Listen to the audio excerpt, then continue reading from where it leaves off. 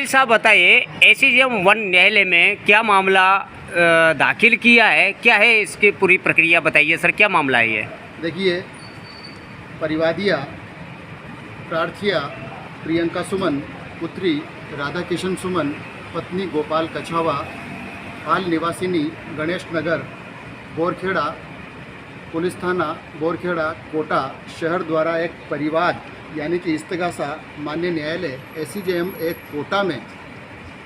आरोपीगण गोपाल कछावा, जिसके साथ उसने दूसरा विवाह किया, नेहा उर्फ राधा, गोपाल कछावा के माता पिता, उसके परिवारजनों एवं उस दूसरी महिला नेहा उर्फ राधा के माता पिता के विरुद्ध एक इस्तगासा माननीय न्यायालय में जुर्म धारा 494, 120B, 384 आदि में पेश किया।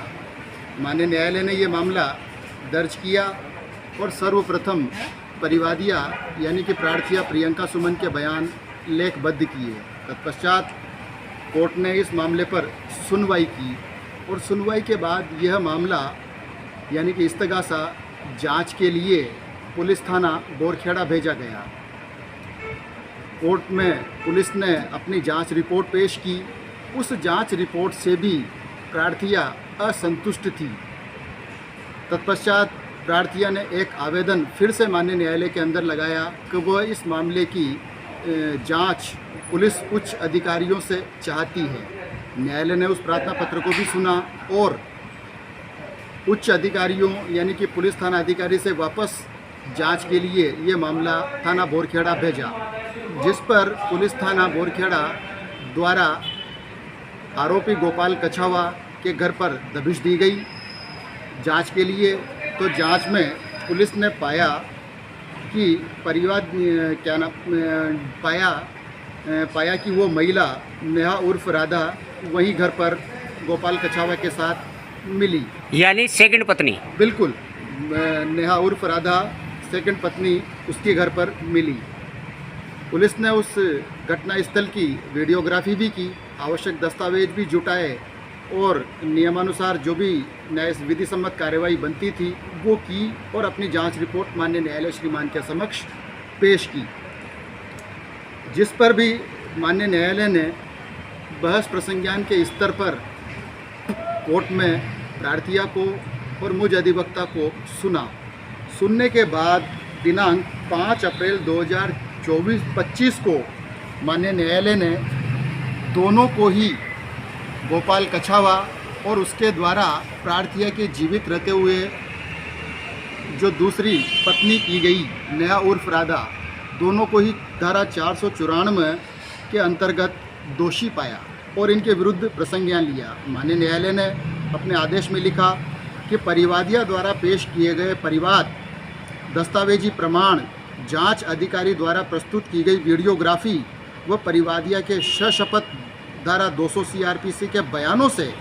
यह प्रथम दृष्टया परिलक्षित होता है कि परिवादिया के पति गोपाल कछावा द्वारा अपनी प्रथम पत्नी परिवादिया के जीवित होने के दौरान राधा से दूसरा विवाह किया गया है, जिसके चलते न्यायालय के मत में आरोपीगण गोपाल कछावा व द्वितीय पत्नी राधा के खिलाफ 494 IPC का प्रसंज्ञान लिए जाने का पत्रावली पर पर्याप्त आधार मौजूद होने के चलते आरोपीगण गोपाल कछावा व द्वितीय पत्नी राधा उर्फ नेहा के विरुद्ध धारा 494 IPC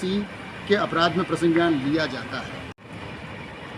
सम्मन या बेल वारंट जारी किए हैं और तारीख इसके अंदर 18/6/2025 मुकर्रर की गई है। लेकिन वकील साहब, जैसे कानून बना हुआ है कि पहली पत्नी के होते हुए अगर उससे किसी तरह का कोई तलाक नहीं हुआ हो तो दूसरी शादी करना भी कानूनन अपराध माना गया है, लेकिन आजकल लोग कर लेते हैं और न्यायालय को गुमराह करते हैं, तो इस पर न्यायालय को कोई बड़ा स्टेप क्यों नहीं उठाना चाहिए? देखिए, ये बात बिल्कुल सही है कि प्रथम पत्नी के रहते हुए या प्रथम पत्नी या उसकी संतानों के रहते हुए कोई भी व्यक्ति कानूनन या विधिक रूप से दूसरी शादी नहीं कर सकता और उसी के लिए IPC में ये धारा तत्समय 494 बनाई गई थी और एक दंडनीय प्रावधान है। सवाल यहाँ पर यह आ रहा है कि गोपाल कछावा ने भी परिवादिया के विरुद्ध धारा 13 यानी कि विवाह विच्छेद लेने का एक मामला पारिवारिक न्यायालय में पेश कर रखा है, लेकिन उस मामले में अब तक भी माननीय न्यायालय ने किसी प्रकार का कोई निर्णय,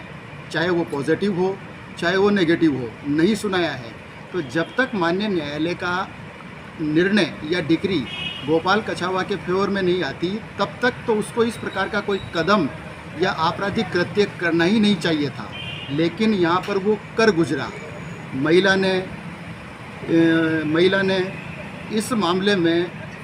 अपना ठोस कदम उठाते हुए और न्याय प्राप्ति के लिए और मेहनत करके और संघर्ष करके न्यायालय का दरवाज़ा खटखटाया, जिस पर माननीय न्यायालय ने आज ये बहुत ही